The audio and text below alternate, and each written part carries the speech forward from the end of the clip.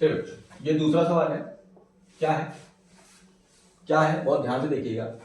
कह रहा है दो अंकों का योग क्या है 8 है तथा इनके व्युत्क्रमों का योग 8/15 है, संख्याएं जाती हैं। ये भी द्विघात समीकरण का ही सवाल है, इसको ध्यान से देखिएगा, एक बार चेक कर लीजिएगा। सवाल देखिए क्या है, मैंने दो अंकों का योग 8 है, मैंने पहले दो संख्या माननी पड़ेगी। तो सबसे पहले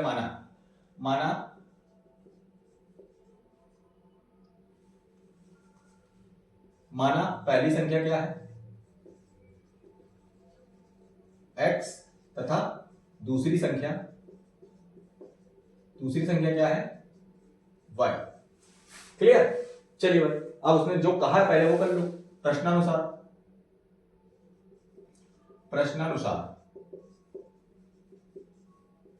x plus Y equal to 8, दोनों का योग क्या है 8 है। फिर क्या कह रहा है, फिर दूसरे शर्त क्या कह रहा है, दूसरी शर्त में उनके व्युत्क्रमों का योग, तो मतलब क्या, दूसरी शर्त में क्या करी, क्या लिखी है, उनके व्युत्क्रम मतलब 1/x plus 1/y equal to कितना है 8/15 है। क्लियर भैया, बोलिए समझ में आया कि नहीं आया यहां तक। चलिए, तो सबसे पहले हम क्या करते हैं, इसको सॉल्व करते हैं। इस वाले को सॉल्व करते हैं तो क्या आता है, यहां पे मैंने लिया लासा, तो ये x y हो गया, x से x कैंसिल y, y से y कैंसिल x बराबर 8/15। अब देखिए यहां ये फर्स्ट इक्वेशन लिखी हुई, इसको मान लो हमने फर्स्ट इक्वेशन मान ली, ठीक है। अब देखिए यहां पे x प्लस वाई बराबर 8 दे रखा है, यहां भी x प्लस वाई बराबर दे रखा है, x प्लस वाई तो दे रखा है, y प्लस x है, x प्लस वाई बात देखी हुई। तो x प्लस वाई यहां पे मैंने क्या रख दिया 8/xy बराबर 8/15। बोलिए यहां पे समझ में आया सब कुछ नहीं, समझ में आया। चलिए हमने क्या किया, तिर्यक गुणा दिया, इसका तिर्यक गुणा दिया तो 8xy बराबर क्या आ गया 15 × 8। फिर हमने क्या किया, एक्स वाई को यही रहने दिया, 8 को नीचे ले गए, 15 × 8/8, 8 से 8 कैंसिल हो गया, एक्स वाई बराबर क्या हो गया 15। हमने क्या किया, तो एक्स वाई बराबर 15, तो एक्स बराबर 15/y। ठीक, ये क्या आ गया, एक्स की मान लो वैल्यू एक तरीके से आ गई, अभी नहीं आ गई लेकिन आ जाएगी आगे से। फिर क्या करना है, हमने क्या किया, इसका मान मतलब यहां लिखेंगे x का मान समीकरण फर्स्ट में रखने पर,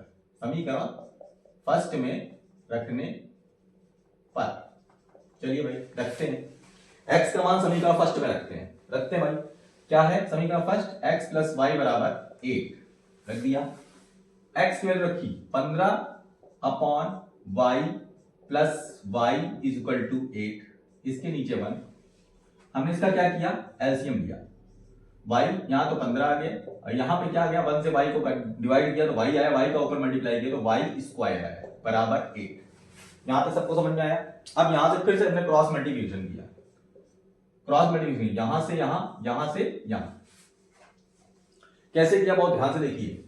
हमने क्या किया, 8y को गुणा किया तो 8y is equal to 15 plus Y square, या उल्टा लिख दिया मैंने, सीधा लिख दो आप, सबसे बढ़िया एक तरह से ऐसा करिए, पहले इसको लिख लेते हैं 15 प्लस वाई स्क्वायर बराबर 8y। क्लियर। अब 8y को इधर ले आइए और द्विघात समीकरण के रूप में लिख लीजिए, y स्क्वायर, इसको इधर आएंगे पहले तो 8y और प्लस का 15 इक्वल टू 0। क्लियर। अब ये द्विघात समीकरण बन गया, मतलब फैक्टर बन गया, इसका फैक्टर निकालना है, इसका गुणनखंड करना है। तो कैसे किया जाएगा, हमें क्या करना, गुणनखंड करने के लिए गुणा करने पर क्या आना चाहिए 15 आना चाहिए, और जोड़ने पर क्या आना चाहिए 8 आना चाहिए। क्या आना चाहिए, गुणा करने पर क्या आना चाहिए, ऐसा पेयर बनाना है, ऐसा जोड़ा बनाना है जिसको गुणा करने पर क्या आना चाहिए 15 आना चाहिए, और जोड़ने पर क्या आना चाहिए 8 आना चाहिए। चलिए भाई हम करते हैं। हमने क्या किया, 15 का लासा लिया, 3 × 15, 5 का 5। अब देखिए ध्यान से, 5 × 3 में किया तो क्या आ गया 15, गुणा करने पे तो 15 आ गया, और 5 और 3 को जोड़ दिया तो क्या आ गया 8 आ गया। देखो आ रहा है मेरा सीधा सा। हम वैल्यू रखते हैं। चलिए गुणनखंड पे रखते हैं value, Y square minus 5 5y plus 3y plus का 15 इक्वल टू 0। क्लियर। चलिए भाई फिर क्या करते हैं, हम इसको खोल देते हैं, Y square minus 5y minus का 3y प्लस का 15 इक्वल टू 0। हमने इसको खोल दिया। अब देखिए इन दोनों से कॉमन लिया तो क्या आ गया, y माइनस का 5, यहां पे -3 कॉमन लिया, -3 कॉमन लिया तो यहां आ गया y माइनस 5 इक्वल टू 0। चलिए भाई फिर हमने y माइनस 5 कॉमन लिया और y माइनस 3 अगले ब्रैकेट में आ गया इक्वल टू 0।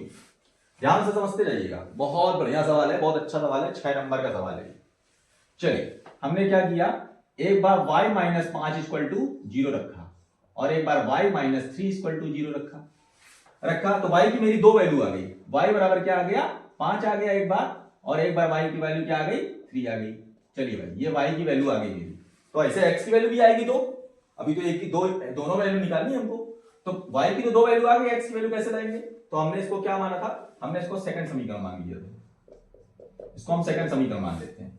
हमने क्या किया, अब लिखेंगे y का मान, यहां पे लिखते हैं y का मान समीकरण सेकंड में रखने पर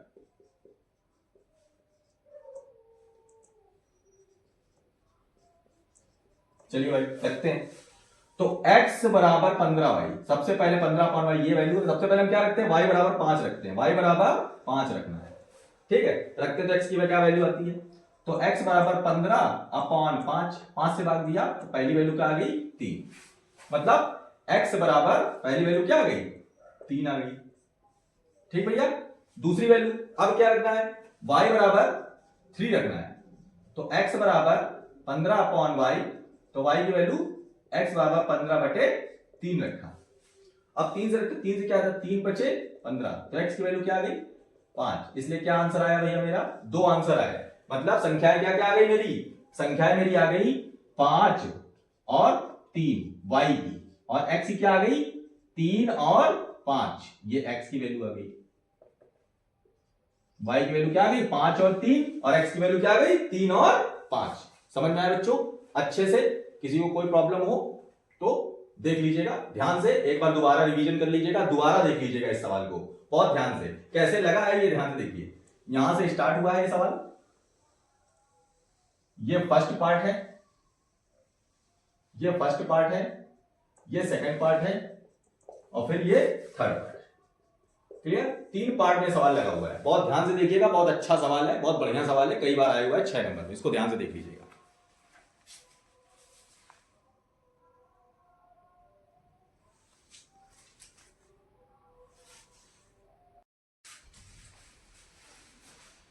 चलिए बच्चों, आज हम लोग ऑल वीआईपी क्वेश्चंस मैथ्स 2025-26 देखने जा रहे हैं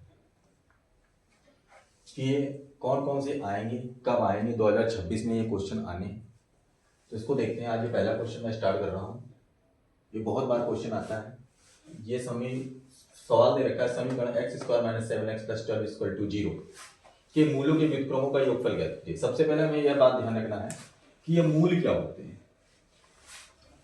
ये बात कह रहा है कि मूल क्या होते हैं, मूल हमारे किस काम आते हैं, मूल क्या है, तो हमें ध्यान रखना है हमारे मूल क्या होते हैं, अल्फा होता है, इसको क्या कहते हैं, मूल।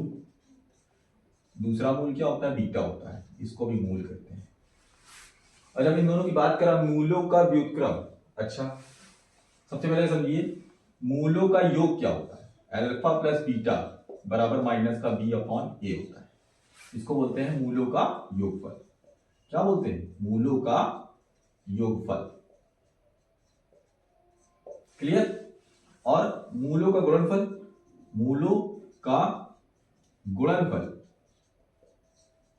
गुणनफल क्या होता है, अल्फा इंटू बीटा बराबर क्या होता है, c/a। Clear, alpha plus beta बराबर क्या होता है, माइनस का b/a, और अल्फा इंटू बीटा होता है c/a। इसको कहते हैं मूलों का योगफल, इसको कहते हैं मूलों का गुणनफल। तो सबसे पहले हमें क्या करना है, इस सवाल में इस सवाल में क्या करना है हमें, X square minus 7x plus 12 equal to 0 लिखना है। आपको मालूम होना चाहिए द्विघात समीकरण में हम तुलना किससे करते हैं, तो ax स्क्वायर हमारा द्विघात समीकरण होता कैसा है, किस पोजीशन पे होता है, इस पोजीशन पे होता है, ax square bx plus c equal to 0 से तुलना करने पर, हमें इससे तुलना करने पर, चलिए भाई तुलना करते हैं। तो a की जगह यहां तो कुछ है नहीं भाई, तो यहां पे 1 होगा, a की जगह क्या होगा 1, यहां पे कुछ भी नहीं है, जहां पे कुछ भी ना हो वहां क्या होता है 1 होता है। b की जगह क्या होता है भाई, b की जगह देखिए यहाँ प्लस है यहाँ माइनस है, तो b की जगह क्या है माइनस का 7, क्या है माइनस का 7। और c की जगह क्या है, c की जगह है प्लस का 12, तो c की जगह क्या है 12। क्लियर बच्चों, यहां तक समझ में आया कि नहीं आया? चलिए अब आगे बढ़ते हैं। ठीक है, उसने पूछा है मूलों के व्युत्क्रमों का योगफल। सबसे पहले मूल क्या है हमारे, अल्फा और बीटा है। मान लीजिए मैंने क्या है अल्फा और बीटा। व्युत्क्रम का मतलब क्या होता है, व्युत्क्रम का मतलब कि जो अल्फा है उसका व्युत्क्रम क्या होगा, व्युत्क्रम क्या होगा 1 अपॉन अल्फा होगा। और बीटा मूल का इसका व्युत्क्रम क्या होगा, इसका व्युत्क्रम क्या होगा 1 अपॉन बीटा। चलिए भाई लगाते हैं, योगफल पूछ रहा है तो 1 upon alpha plus 1 upon beta, इसको सॉल्व करते हैं तो क्या आता है, एलसीएम लिया तो अल्फा इंटू बीटा, यहां पे अल्फा कैंसिल तो बीटा आ गया, बीटा कैंसिल अल्फा आ गया। अभी बीटा अल्फा चाहे अल्फा बीटा बात एक ही हुई, alpha into beta same to same. बोलिए यहां तक समझ में आया? चलिए आगे बढ़ते हैं। अब हमको मालूम है कि अल्फा प्लस बीटा और अल्फा इंटू बीटा क्या होता है, तो हमने अभी निकाला नहीं, लेकिन निकाल लेते हैं। क्या निकालते हैं, यहां निकालते हैं। चलिए अल्फा प्लस बीटा बराबर क्या होगा, अल्फा प्लस बीटा बराबर क्या बताया था मैंने, माइनस का बी अपॉन ए। तो माइनस का बी अपॉन ए, बी कितना है माइनस का 7 और ए कितना है 1, तो क्या आ गया alpha plus beta minus plus का 7। क्लियर बच्चों? चलो अल्फा इंटू बीटा क्या है भैया, सी अपॉन ए, तो सी मेरा क्या है 12 अपॉन 1, तो 12 अपॉन 1 इक्वल टू क्या हो गया 12। क्लियर? ये समझ में आया, 12/1 मतलब 12। चलिए वो जो वैल्यू मैंने निकाली वो यहां रखते हैं, आंसर आ जाता है। देखिए ध्यान से देखिए, अल्फा प्लस बीटा की वैल्यू क्या दे रखी है 7, अल्फा इंटू बीटा की वैल्यू क्या दे रखी है 12, तो ये इसका आंसर आ गया। आंसर क्या आ गया 7/12। ये सवाल क्लियर हो गया, देख लीजिए।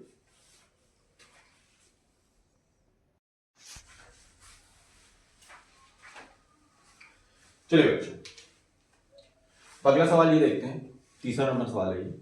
द्विघात समीकरण ज्ञात कीजिए जिसके मूल क्या है 3 और 1/3। भाई आपको मूल मालूम है, मतलब अभी हमने थोड़ी देर पहले बताया आपको मूल कौन से होते हैं हमारे, अल्फा और बीटा दे रखे हैं हमको, तो अल्फा दे रखा है 3 और बीटा दे रखा है 1/3। चलिए इसको सॉल्व करने के लिए, इसका समीकरण निकालने के लिए एक फॉर्मूला होता है, वो फॉर्मूला मैं आपको बताता हूं। फॉर्मूला होता क्या है, वो फॉर्मूला होता है एक्स स्क्वायर माइनस मूलों का योग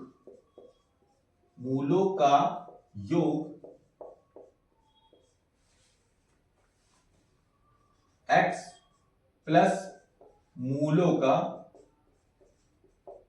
गुणनफल इक्वल टू 0।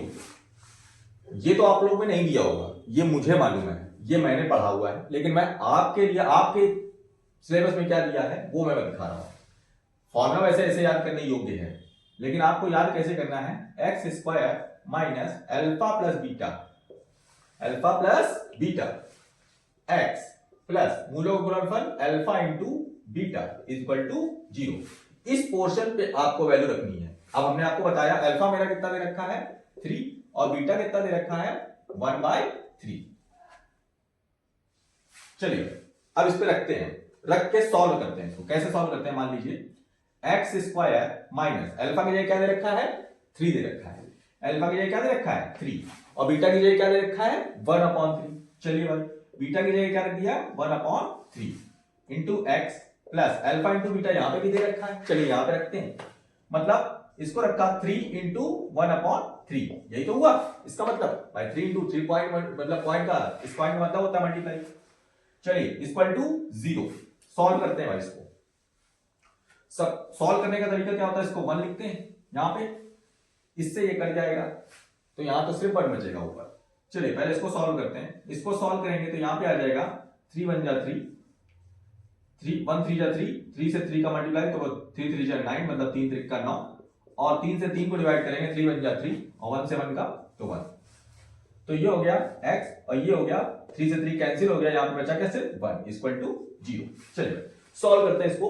हमने क्या किया, अब इसको जोड़ लिया तो ये क्या बन गया x स्क्वायर 9 और 1 और 10 और ये x साथ में जुड़ गया तो 10x bye 3 plus 1 equal to 0। चाहे तो यहां तक सवाल छोड़ दीजिएगा तो भी सवाल सही है, लेकिन अगर इसको ज्यादा सॉल्व करना है तो ऐसे सॉल्व करिएगा इसको, 1 यहां बटे 1, इन तीनों का एलसीएम ले लीजिएगा, एलसीएम ले लिया आ गया 3, यहां पे क्या आ जाएगा 1 से 3 को डिवाइड करेंगे तो 3 आएगा, 3 का मल्टीप्लाई ऊपर करेंगे 3x स्क्वायर आ जाएगा, यहां 3 से 3 को डिवाइड करेंगे तो 1 आएगा, 1 का ऊपर मल्टीप्लाई करेंगे तो 10x आ जाएगा, यहां 1 से 3 को डिवाइड करेंगे तो 3 आएगा, 3 का 1 में मल्टीप्लाई करेंगे तो 3 आ जाएगा। अब इसका 3 से ऊपर मतलब 0 से मल्टीप्लाई कर देंगे, मतलब इसको बटे ये क्रॉस मल्टीप्लिकेशन हो जाएगा, कर दोगे तो मेरा आंसर क्या आ जाएगा 3x square minus 10x plus 3 is equal to 0। ये मेरा फाइनल आंसर है। देख लीजिए कितना सरल सवाल है।